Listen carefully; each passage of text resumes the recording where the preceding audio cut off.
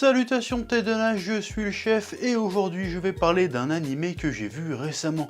Ouais, parce que ça fait très longtemps que j'ai pas parlé d'un animé. Enfin, hors review de la passion, bien évidemment. Et donc j'ai décidé que cette année j'allais me remettre à parler un peu de séries d'animation plus ou moins récentes. Et on commence aujourd'hui avec la série d'animation que j'ai matée sur Netflix qui s'appelle Komi-san Can't Communicate en anglais, et en français ça s'appelle Komi-san cherche ses mots. Voilà. Oui. Komi-san wa Komyushu desu est à l'origine un manga de Oda Tomohito prépublié depuis 2016 dans le Weekly Shonen Sunday, qui a connu une adaptation animée par le studio OLM et qui est diffusée chez nous sur Netflix. Mais tu te demandes très certainement de quoi qu'est-ce que ça parle? Eh ben je vais te le dire. Oui. Shoko Komi est une adolescente à la beauté atypique que ses camarades et professeurs placent volontiers sur un piédestal. Ainsi, dès son premier jour au lycée, une barrière invisible s'est créée entre elle et le reste de sa classe, qui l'aperçoit comme inaccessible. Ito Tadano, assis juste à côté de Komi, remarque pourtant une chose qui l'interpelle. Shoko semble avoir des difficultés à communiquer. Cette dernière souffre en effet d'anxiété sociale extrême. Malgré tout, Komi est bien décidé à faire des efforts pour se faire des amis. Tadano décide de l'y aider. Et là, tu te demandes très certainement qu'est-ce que j'en ai pensé? Eh ben franchement, c'était cool. Alors déjà, avant de te lancer dans cet animé, il faut que tu saches qu'il s'agit là d'un animé à sketch, c'est-à-dire que chaque épisode se découpe en 2, 3, voire 4 petites histoires, qui n'ont pas forcément de lien direct entre elles. Alors il faut le savoir parce que quand t'as pas l'habitude de regarder ce genre de série, ça peut être un peu déroutant au début, même si ces dernières années, il y a eu pas mal d'animés qui reposaient sur ce principe-là, qui ont connu un certain succès. Je pense par exemple à Kaguya-sama Love is War, ou un autre animé qui a pas mal marché, c'est Kobayashi Dragon Maid aussi, qui est un peu sur ce même principe d'épisode à sketch. Et je trouve que ce format-là se marie très bien avec le genre un peu comédie romantique slash slice of life scolaire, parce que finalement le but de ce genre d'histoire, c'est de raconter des moments de vie, des anecdotes de vie. Du coup ça rajoute un peu au côté, vas-y, en fait tu suis une bande de potes qui te racontent leurs petites aventures, leurs petites anecdotes, leurs petites mésaventures qui leur arrivent dans la vie au quotidien. Ce qui donne une ambiance assez chaleureuse, assez accueillante à l'animé, tout en restant assez rythmé. Donc j'aime bien le délire, en fait, je trouve que le côté histoire à sketch avec le côté slice of life, comédie romantique, comédie scolaire, fonctionne très très bien. Oui. Et en plus, ça permet d'aller directement à l'essentiel. T'es pas obligé de tergiverser 20 ans pour arriver au but de ton propos. Tu montres une situation pour démontrer une idée, et ça suffit, ça fonctionne en fait. Donc c'est pas mal.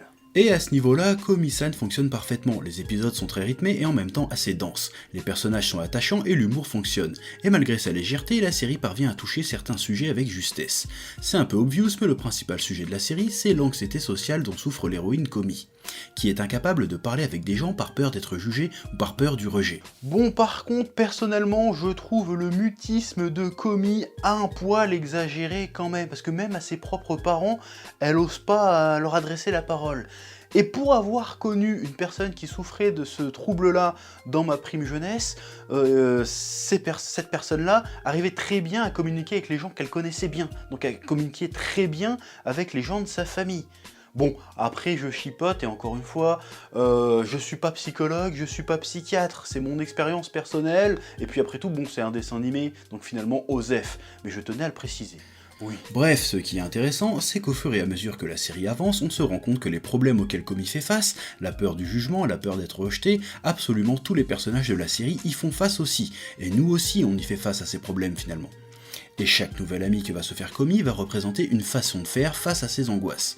Osana va s'efforcer d'être avenante et sympathique avec un maximum de gens, Yamae va chercher à dominer son environnement quitte à avoir un comportement de psychopathe, Agari va au contraire être soumise, et Tadano, qui a le talent de décrypter l'environnement, fait preuve de recul et d'empathie envers son prochain. Et la série joue avec tout ça de manière assez juste. Et j'avoue que lorsque j'ai entendu parler de cet animé pour la première fois, j'ai eu un petit a priori négatif. Je me suis dit, vu comment le personnage de Komi-san est iconisé à mort, on va encore tomber sur un énième animé à waifu légèrement fan service et ça va me casser les couilles parce qu'il y en a 50 qui sortent par saison et c'est toujours la même chose avec rien à proposer. Et force est de constater que bien mal m'en a pris d'avoir des préjugés parce que finalement pas du tout en fait. Oui. Alors certes, le personnage de Komi est iconisé et adulé par tous les autres personnages pour sa beauté, mais étonnamment ça reste assez gentillé. Il n'y a pas vraiment du fanservice grivois dans la série. Komi n'est pas représenté comme un fantasme pour petit branlotin, mais comme une beauté idéalisée. Et c'est un problème pour elle, sa beauté immaculée crée une distance, une barrière entre elle et le monde qui l'entoure. Les gens n'osent pas l'aborder et quand ils le font, ils ne la traitent pas comme ils traiteraient n'importe qui d'autre. La timidité de Komi passe pour de l'arrogance ou du mépris, ce qui n'améliore pas son anxiété. Là, la série semble vouloir nous dire clairement qu'il faut aller au-delà des apparences et au-delà des préjugés pour s'ouvrir au monde et être accepté par celui-ci. Alors certes, c'est un message, une réflexion assez bateau et peut-être même un peu simpliste, mais est-ce que c'est faux pour autant? Je vous pose la question, est-ce faux? Hein? La série semble aussi vouloir nous dire que la clé pour surmonter toutes nos angoisses, toutes ces angoisses, tous ces questionnements un peu adolescents, c'est la solution, ça serait l'écoute et la communication.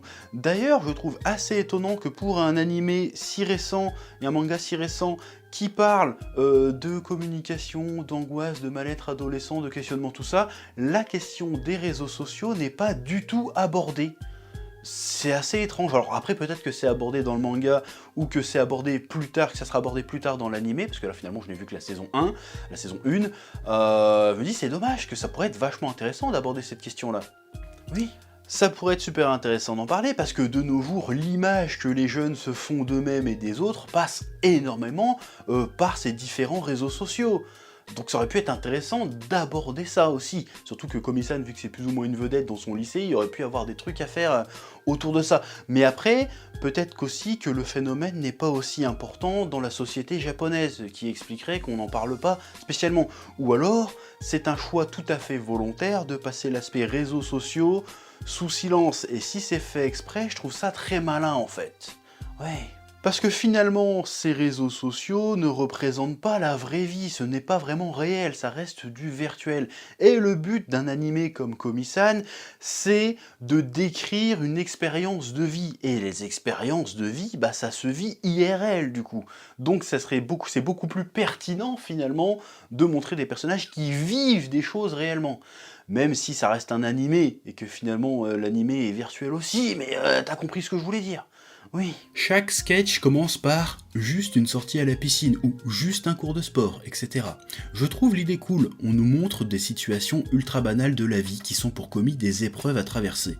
Et en même temps, la série assume ses ambitions de décrire des moments banals, anodins, basiques, quotidiens, des moments de vie normaux. Comme pour nous dire, tous ces persos sont persuadés d'être anormaux alors qu'ils vivent des choses qu'on a tous vécues finalement. Genre, ce serait en fait normal, d'un moment donné dans sa vie, se sentir anormal. Ça fait réfléchir. Ouais. Sinon, l'animation est vraiment très réussie. Alors attention, il n'y aura pas vraiment de gros moments Sakuga de ouf, mais néanmoins, c'est plutôt bien fait, c'est joli, les couleurs sont chatoyantes et les environnements, les décors sont vraiment très très beaux. Franchement, ça te donne envie d'aller te balader au Japon. Franchement, c'est vraiment très réussi. Et je mets aussi un point supplémentaire, ouais, je distribue des points maintenant, sur l'ambiance sonore, qui est très intéressant parce que je trouve que cet animé joue beaucoup sur les silences. Et je trouve que c'est suffisamment rare pour être souligné dans ce genre de série. Parce que dans ce genre de série, en général, c'est très très rythmé, il y a du bruit partout, ça bouge de tous les côtés. Là, des fois, ça prend le temps de se poser et de jouer sur l'absence de réponse de Komi, du coup.